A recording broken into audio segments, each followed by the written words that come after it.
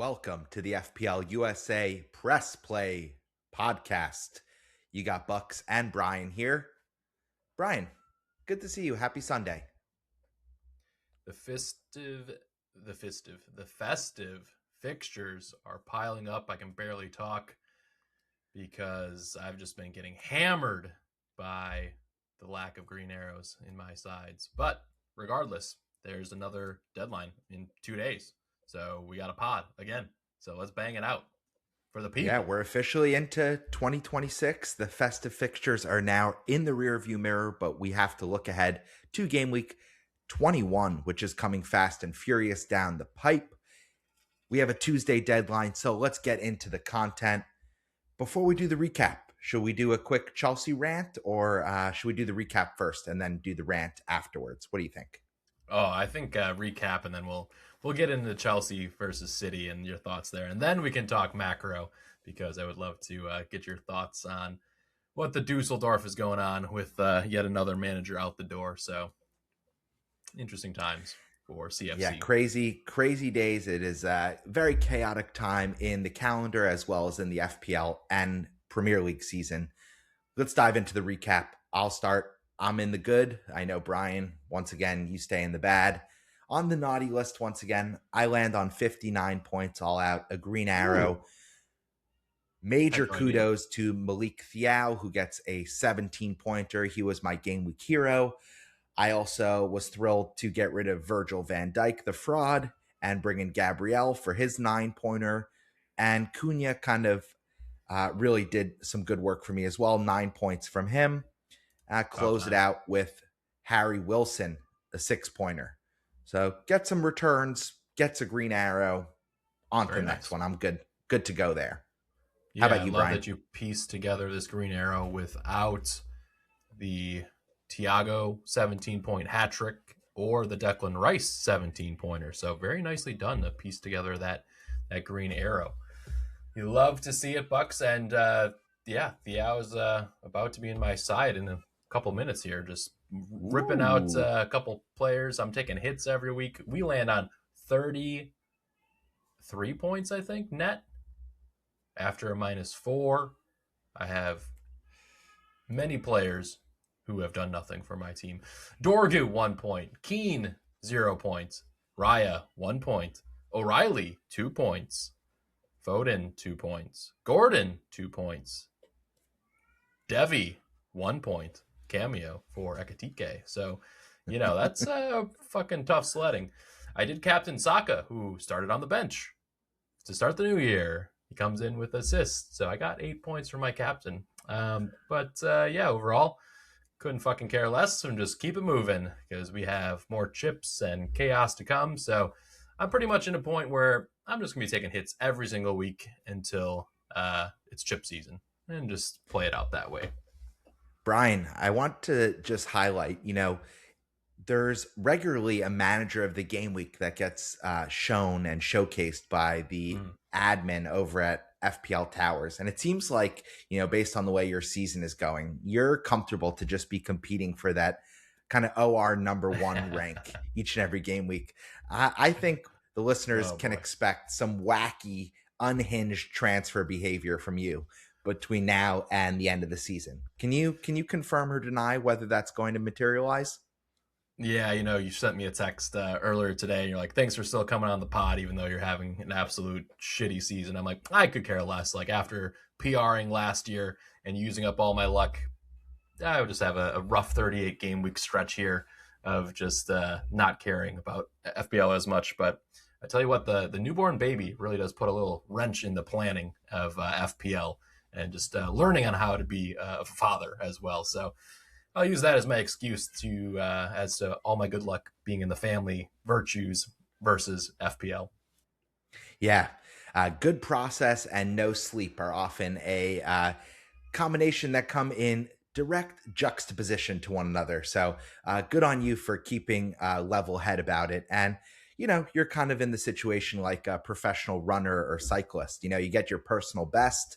All of a sudden, training catches up to you. You get a little hammy strain, and now you're kind of, you're limping your way towards the finish line this season. But there's still a lot to play for. Second half leagues are now officially open. We now all have 4 new chips to play in the second half. And listen, before we go any further, let's highlight our missing in action co-host, Black Wolf, because Wolves are even winning this part Oh of the my season. goodness. So It's 10 seconds of Dan's congratulations. Love you, Dan. Dan's birthday week. He's getting himself a green arrow in FPL, owning Tiago, and then additionally, Wolves get their first win in 20 matches. So happy to see him get just an easy 3 points, a 3-0 victory for the Wolves. Well done.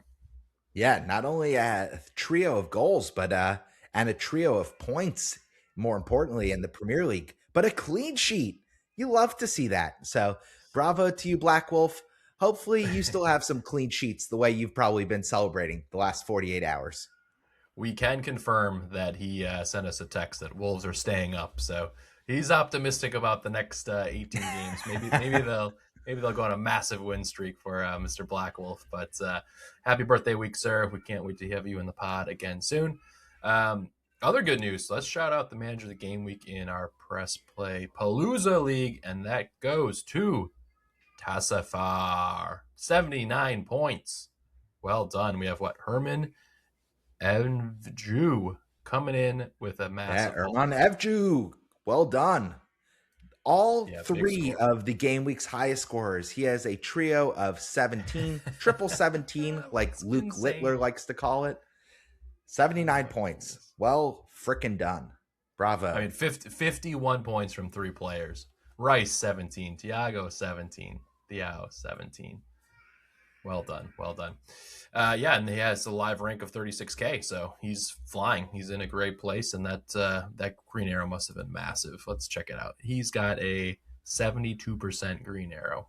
That's insane. That's how it's done. Well done. Well done to him. But I think now let's cruise on over, Bucks. Do you have any transfers? Like what have we learned this week? We learned that Rice is obviously a way better FPL player than Saka. We've learned that obviously VVD is trash and you got to get Gabriel. Might be even worth a hit. I hit him in this week. Got a 9-pointer. Worked out pretty well. He's probably best pick in the game, like type of best value. Yeah. Player. Best value. Yeah. Yeah, so the meta is really shifting right now. I think big takeaways, Arsenal are just the only consistent team in the Premier League right now. And rather than having double defense, it actually looks like probably Rice, Saka, and Gabriel now are the optimal trio there. So I think many FPL managers will be using free transfers and planning how to assemble that core 3. And then beyond that, kind of the question becomes, do we need any other forward in our squad for regular game week play outside of Holland? And so I think that's really what's going to be of note in the next couple of game weeks is, whether Thiago continues to offer immense value as the leading man for Brentford with penalties. And, he scored a hat trick today, pretty much as the kind of one bright spot in a forward line full of dullards. And yeah, it's just kind of whether managers will use wildcard to kind of shift that way and what happens in the next couple of game weeks regarding transfers, price changes, and chip usage. So I think we're really in kind of a big unknown phase of the FPL season because the Premier League table, when you look at it, I think it's like 4th to 13th is separated by like 4 points. So each and every week, we could feel very differently about the teams that are doing well and are in the shitter. You feel similarly, Brian, or you feel like it's chaos season? Festive chaos for sure. Man, Declan Rice just popping up with all these double-digit hauls this season. And then he was trickling along, but now he's got 4 double-digit hauls. Is he close to top scoring midfielder in the game right now? Gotta be, right? Yeah. It's gotta be close. If he's not number 1, he's definitely top 3. Yep. So I do probably agree with you, especially, early season Timber was pretty attacking and was racking up more chances, but that seems to have shifted quite a bit. Once kind of actually Saka returned from his injury, we haven't seen him overlapping as much on that side. So Yeah, I definitely hate having Raya in my team. So I'd be more than happy to just punt out Raya and then eventually, people have Cunha or Gordon or, another 7.5, Verts maybe. You might eventually want to have Saka um plus Rice, but even if Cole comes into the forefront, you can go Saka to Palmer and then still have Rice in your side and feel like at least you have a guy on set pieces and who's going to have some box crashing abilities and DEFCON in different moments. So just a good high floor player. So definitely shifting away from double defense. Yeah, last thing to note is, you brought this up on last episode, so I want to double click on it. The January transfer window is fully open. So Premier League teams will be itching to do business. And it comes at a perfect time for lots of teams and lots of managers because there's injuries left, right, and center across the Premier League, especially with teams with a lot at stake, specifically Manchester City. Today we saw Gvardiol go off. He couldn't even walk off the pitch. So that Ugh, looks like a big hate concern that. for them. And reports after the match say that Dias is now hurt. So Ruben Dias and Gvardiol, both the first choice center back pairing for City, are now injured. Yeah, I mean, it's just becoming really hard to predict if you're going to have a starting 11. So I think making sure you have a bench, making sure you set your lineup as well as your bench order probably when you're listening to this episode. That's kind of the best wisdom you might hear all episode on any content that you consume for FPL. Just make sure you don't miss the Tuesday deadline, which again is going to sneak up on many managers, I'm sure across many, many leagues. Yeah, absolutely. And I think we're in a spot where this Ekatike complete miss was very annoying for most managers, unless, of course, you have a deep squad and some people got Rice off the bench in their first Eh. slot. 17 points of fucking jam right there. Just can all that jam.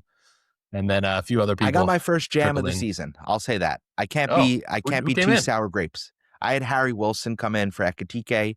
He gets a Nice. goal, 6 points. It was looking like a 9-pointer, and you might have seen me with my top off this episode. So I think the listening community is happy about that. But I'll take those points any way they can come.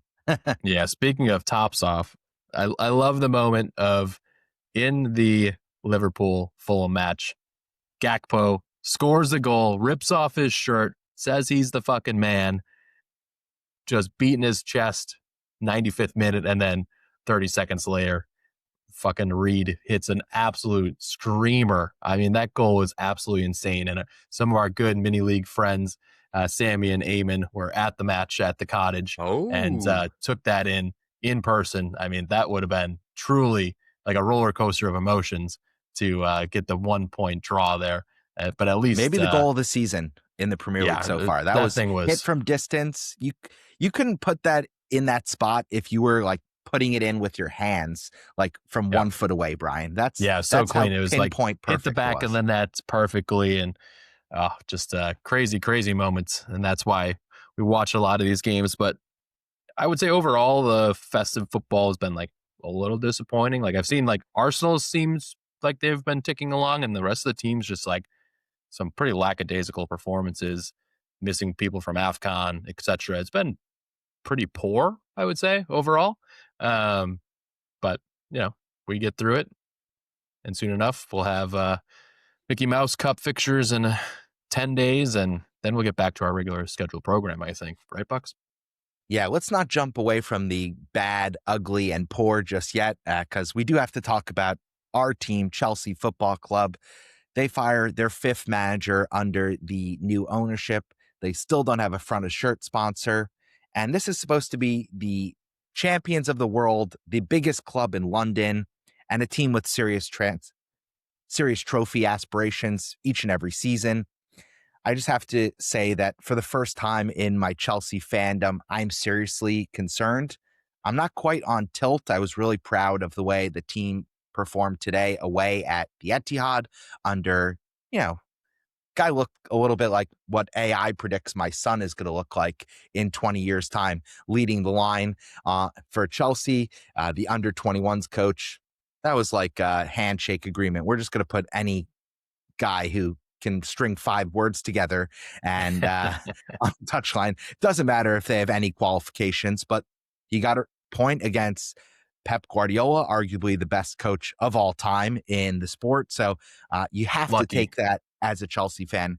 But it's absolutely a disgrace what's happening at Cobham and at Chelsea. I mean, between me and you, Brian, you have the framed Palmer jersey autographed in the background. And, I have that same jersey, not autographed, of course, and not framed.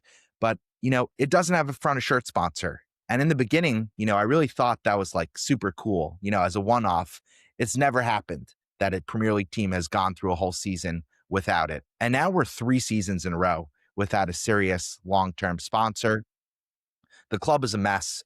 They keep firing managers. They keep buying new unproven talent and not having really a plan to get them in minutes and get them improving. So I think it's scary days. And, that's compounded by the fact that they seem to be bringing in the coach of their sister club who isn't doing all that great in League One. So like if I told you we were bringing in the top choice center back from the 7th place League One team, you wouldn't be jumping for joy. Now, what if I told you we were bringing a coach that's never won a trophy, that's never won anything, never played for Chelsea? Now he's going to be leading Chelsea Football Club mid-season when we still have Champions League and top 4 hopes. I mean, it's a disaster. What a clusterfuck. Yeah, the last 5 years, they've really just treated the club like a meat packing factory, and they're churning out managers, churning out players. There's just not like very much rapport in the starting 11 from game week to game week because there are so many young players who, from a business perspective, are fetching positive transfer value, and we're selling those players on and lining the Maybe. pockets I of mean, maybe we also have whoever needs the money. Kellyman and But some other guys that, we spent 40 million on, and they might not even exist. They might be catfish. So it's scary days right now. yeah, it's bizarre. I think when you go into any match right now, I'm like, will we see our best 11? Probably not. And that's, the detriment of having such a bloated squad. Yeah, and really just on top of outside the of Reece obviously James. the expectations of the club to continue their momentum forward. But yeah, it's a tough moment, and you would think, even seeing somebody like Pep saying, like, I don't know what Chelsea are doing. They're losing a really talented manager, and you're just any manager who comes in is just trying to keep the players happy by giving them some game time, but also, again, game week to game week. I don't know what we've won 1 match in the last 7, 8. Like, Yeah, it's brutal. it's bleak. And just to say, how can you attract the best talent when you're micromanaging at every level, right? You know this as in your work. I know this from work I used to do, right? You don't get the best performance out of people when you're hovering over their shoulder, kind of critiquing them each and every step of the way. And that seems to be the mantra of operations at Chelsea right now. And, outside of Reece James, you really don't know that you're going to get a good performance from any of the other starting 11 outside of the captain. That's not a good place to be. And it's impossible to say they haven't taken a step back from where they were last season. It's just not possible. So it's bad state of affairs. And I think the ownership owes the fans some communication. I think that's the biggest injustice of it all. All this is happening by unproven owners who haven't ever done stuff of success in the sport of football, right? They compare themselves to want to be a special club, a well-run club like Brighton. I mean, Chelsea and Brighton should not ever be used in the same sentence when it comes to pillars of excellence. One club has a history of winning. The other has a history of mediocrity and being at best mid-table. So I just think that's the ick that I'm feeling right now, despite earning a really hard-earned, well-deserved point against Man City at the Etihad. Well-deserved? Yeah. If you look at it, I mean, Neto really... Yeah, listen, Holland could have scored to make it 2-0, but Neto, I mean, I don't know what he was shooting at. PETA is going to be coming for that guy. He injured a bunch of wild seagulls the way that ball Oh, should have man. just crashed the back of the I net. guess that's fair. That's fair. All right. Yeah. My Well, rant let's is not dwell over. on it. I'm Let's sorry. not dwell on it too much longer. From an FPL perspective, there are I'm putting not very out the many fire picks, that but is emanating from my head right now. Let's fast forward and let's look at the best matches to target in game week 21. And Brian, I just want you to unleash. Do you know what the schedule looks like in game week 21, this midweek action? Just yeah, you we have wait, because I know you have a big one conference you're going to be at. You're going to get to one watch fixture. absolutely zero of these matches based on this Yeah. cluster of a schedule. So there's one fixture on Tuesday, Forest and West Ham, Mm-hmm. I think. Yep. And then Forest plays again on Friday in the Mickey Mouse Cup, bizarrely. Yeah. But Makes no sense. yeah, and then all the fixtures are on like basically Wednesday and then one on Thursday. This schedule is just a disaster for the viewing public, especially if you are not traveling to the games in person. I mean, 8 games with, I believe it's 7 of them happen. Yeah, 6 of them start at the same time on Wednesday afternoon. It's like cancel your afternoon if you're in the Wow. States and figure out a way to isolate in a quiet conference room if you have any hope of watching a minute of this Premier League match week. Well, there are still some fixtures, though, that we could see some glory in, and kind of curious. Shout it out. Shout it out. Newcastle at home to Leeds. Newcastle put in a few decent shifts. This mother bleeper, Anthony Gordon, oh my goodness. He was very unlucky today.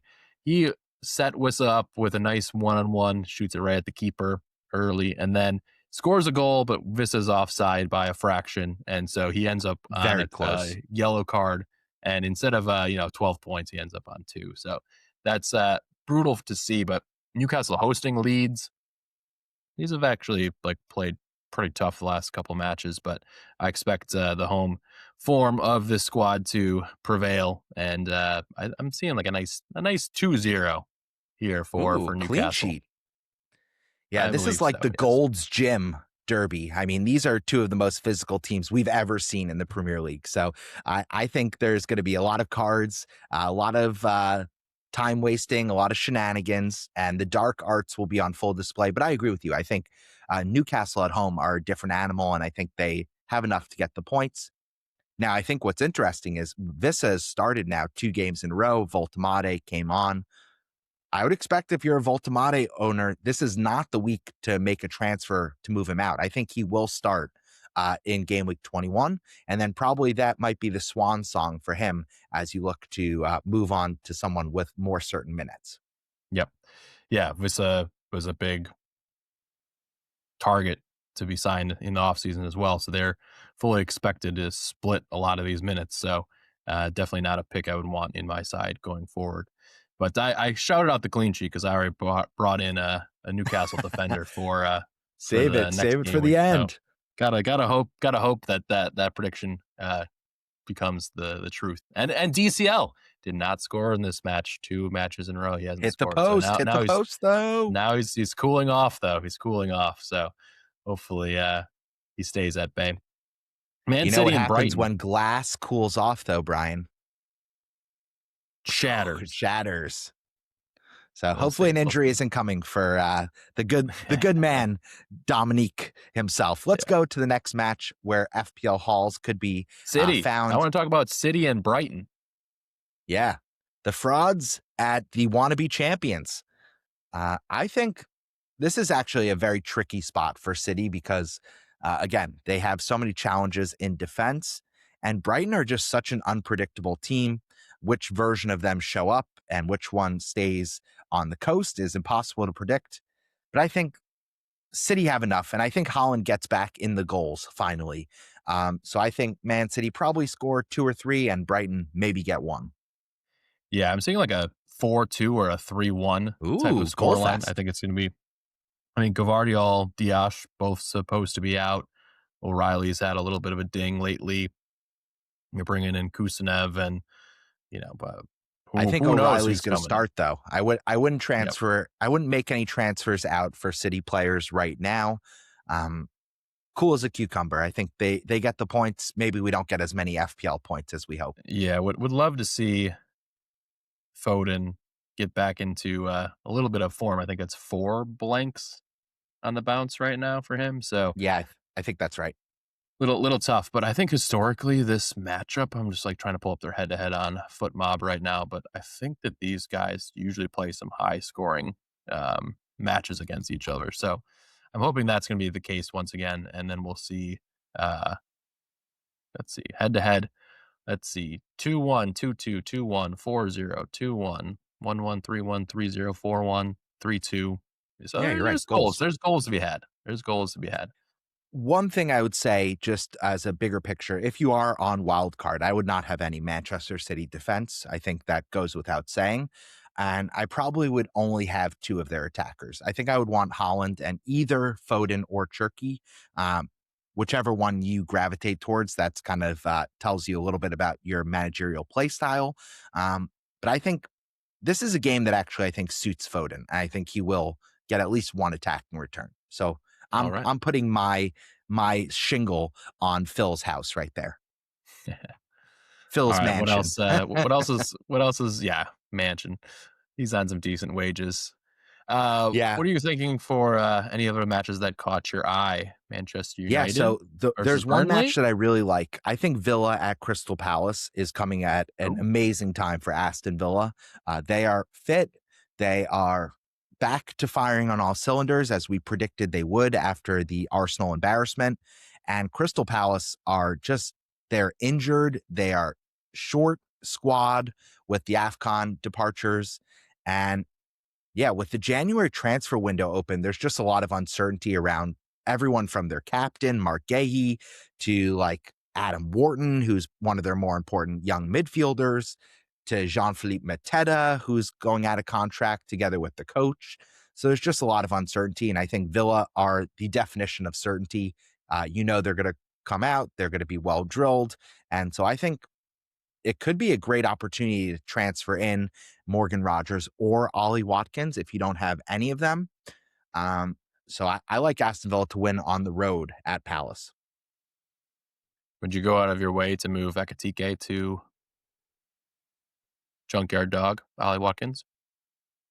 It's Think it's about it. something I'm weighing up for sure. I think Watkins Arsenal away, is, brutal. yeah, he's stolen the good juju that DCL had.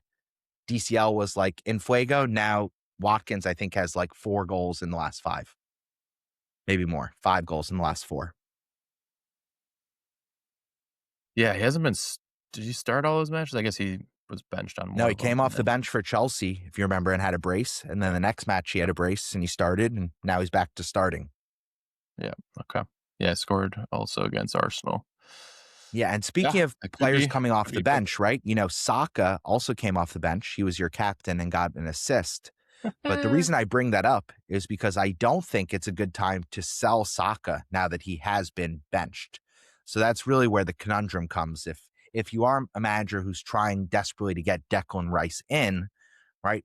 Saka, now that you know he's going to play and probably get 90 minutes, he doesn't feel like the best route to get to a midfield spot open. So I think that's a good way to transition to one of the best matches in real life, which is Liverpool at Arsenal.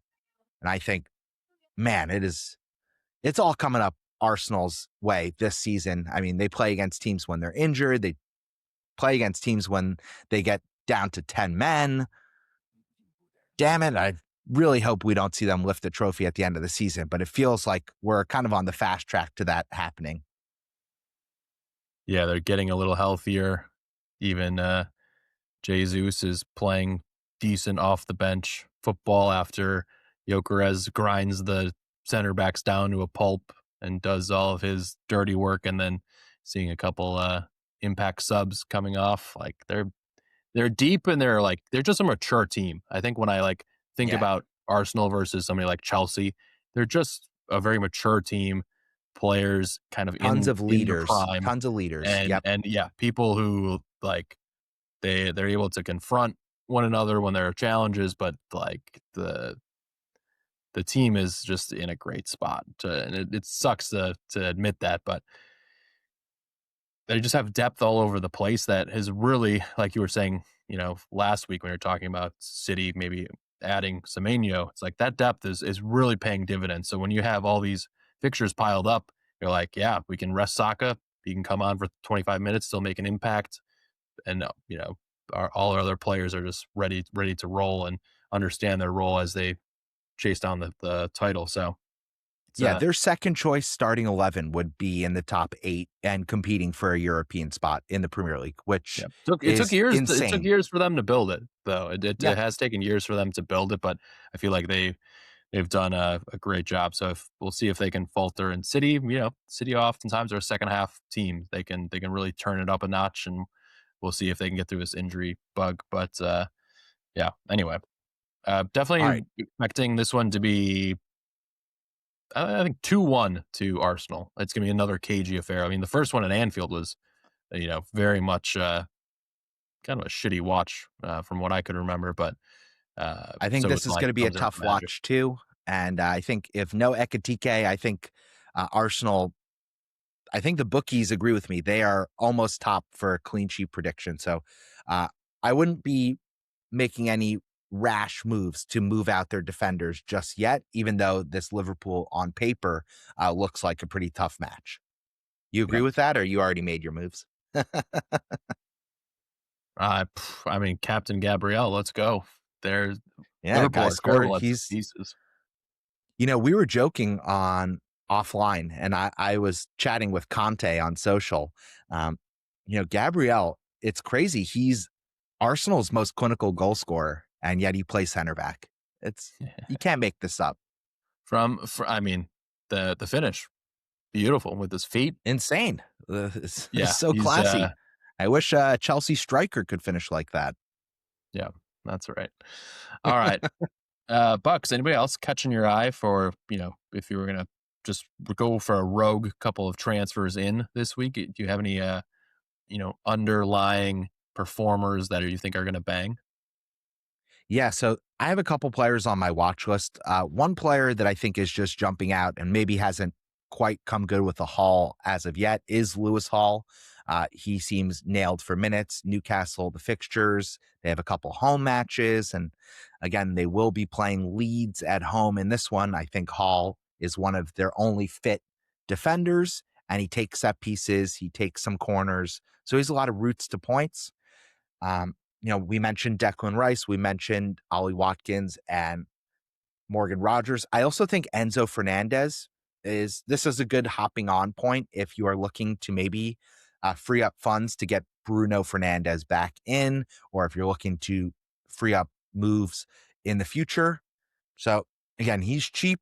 He's very much set for minutes, and I think he's going to be playing more advanced. And I think he has like over 10 goal involvements already this season. So he's a Nice. player in form. He's needed, and I think he's going to be playing a lot. And the Chelsea fixtures, not yet, but in a couple game weeks, are going to just be as good as they get. All right. Love it. I think let's wrap here early, Bucks. Let's do our transfer plans and captaincy shouts. We have a deadline in a couple hours. We got to edit this, post it, and do all Let's the do it. rest. Let's So do it. All right. Captaincy, shouts, and transfer plans. you We reversed on. it on me. Brian, I know you've already made your move, so I'm going to ask you some boring, non sequitur questions about what you think I should do and then completely ignore you. So why don't you first tell the listeners and me what moves you made and if you took a hit? I'm on pins and needles. Yeah, definitely took a hit. I like it. Back-to-back hits, baby. Like while we're potting, I made my moves, and I was Oh, looking at thanks for paying attention.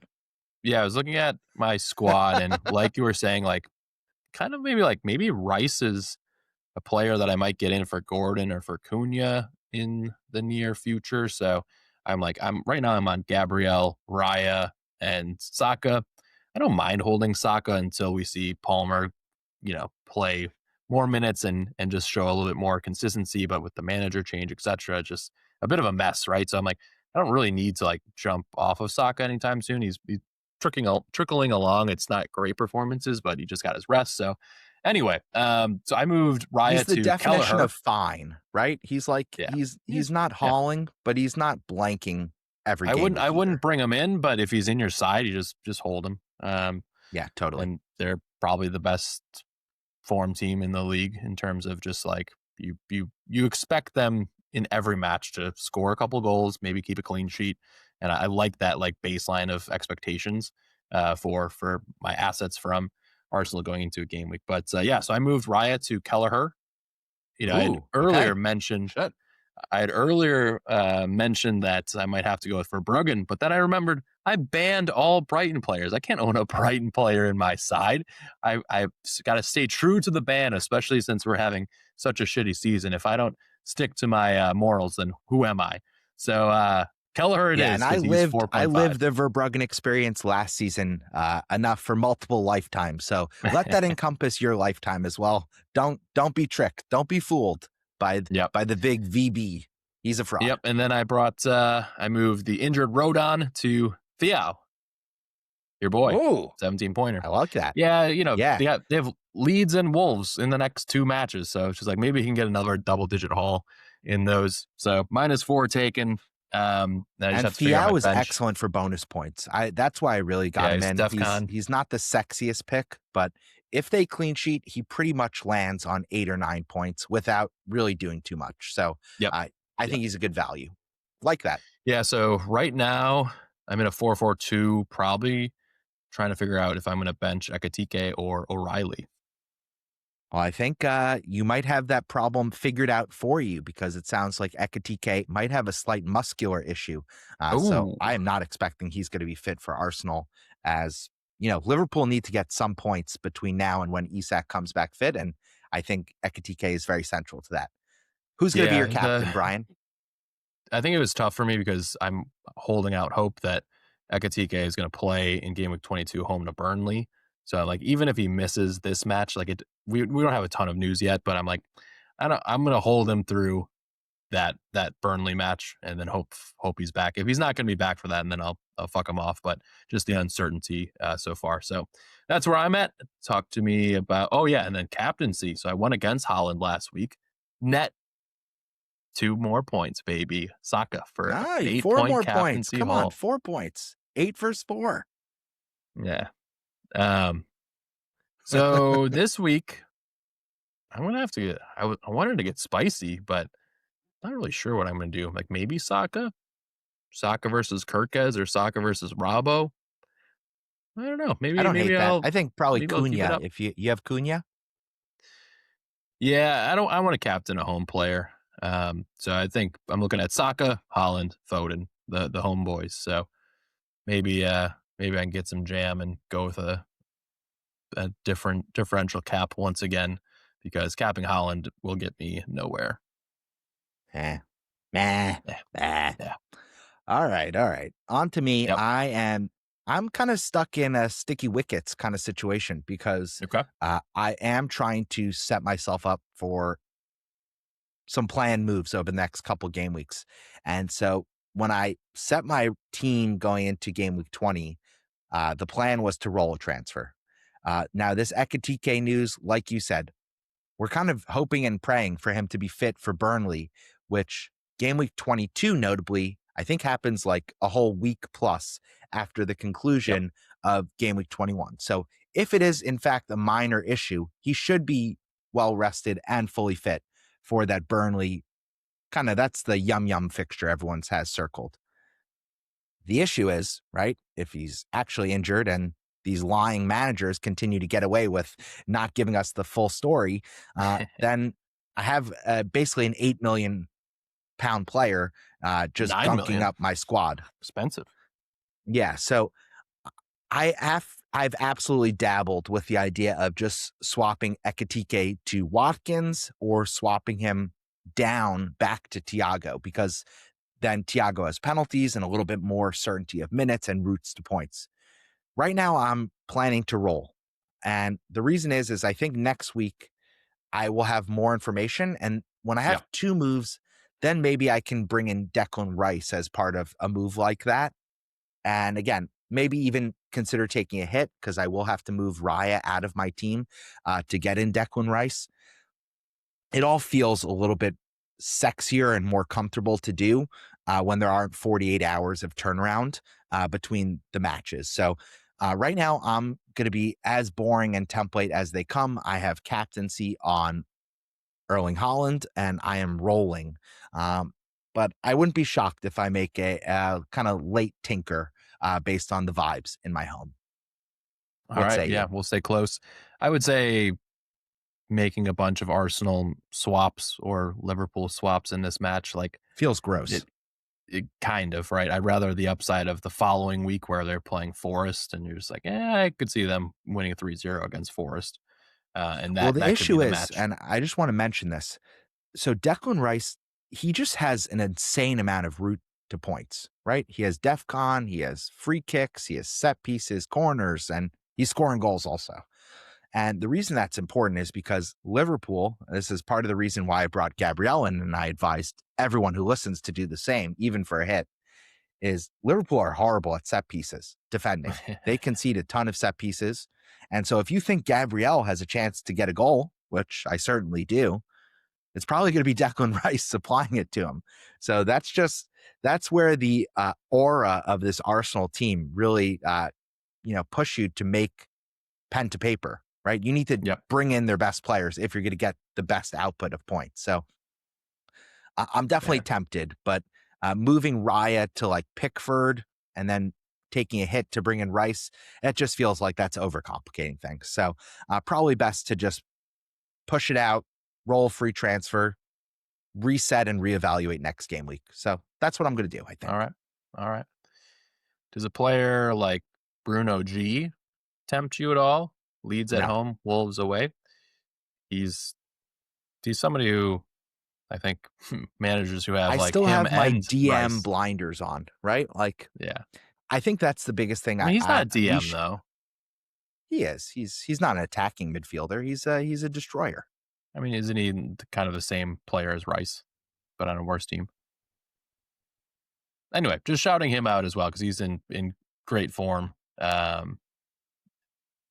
If you were to swerve Rice, He is. I mean, the to keep advanced your stats do transfers. not flatter Bruno G. I mean, the guy's taking like one shot a game and he's scoring one every 3 or 4 games. Yeah. It's hard to sustain, but then again, this has been the season of the defensive mid. Yeah, I dude, think he's third highest scoring midfielder. It's yeah, crazy. it's insane. I mean, it's Rice like number one, Rice, Bruno G him, Caicedo. number three. Yeah, Nah, make Caicedo it make fell off. sense. Caicedo's not even in the top 20 anymore. Yep. Oh yeah, a couple So, red cards will do that to you. Yep, exactly. All right, let's get out of here. Best of luck this upcoming game week. It's going to be a weird one. I can't wait to be in Las Vegas for a conference. I'm going to hopefully sneak to the sports book, lay a few legal wagers down, and check them before I go to bed since I'm going to be flat out. 150,000 people at this Consumer Electronics Showcase. It's going to be quite something. Pray for me and my liver. But until then, Bucks, thank you for joining me as always. Where can the people find us? Yeah, follow us on social at FPL USA Press Play. And we are looking to grow our presence on YouTube, but we also appreciate anyone who listens to us on podcast platforms, wherever you get those delivered to your mobile device or to your laptop. So we'd also like to request that if you still have your Spotify Wrapped from the end of 2025, and we happen to have somehow snuck into that top 5, we'd love if you could tag us and send us a photo of that. We will shout you all out on our Game Week 22 preview episode. With that, I'm Bucks, joined by my partner in crime, my bestie from the Westie. That's Brian. Have a great time at the conference, man. I hope you crush it, and I hope your team smashes quota. You can quote me on that, Bucks.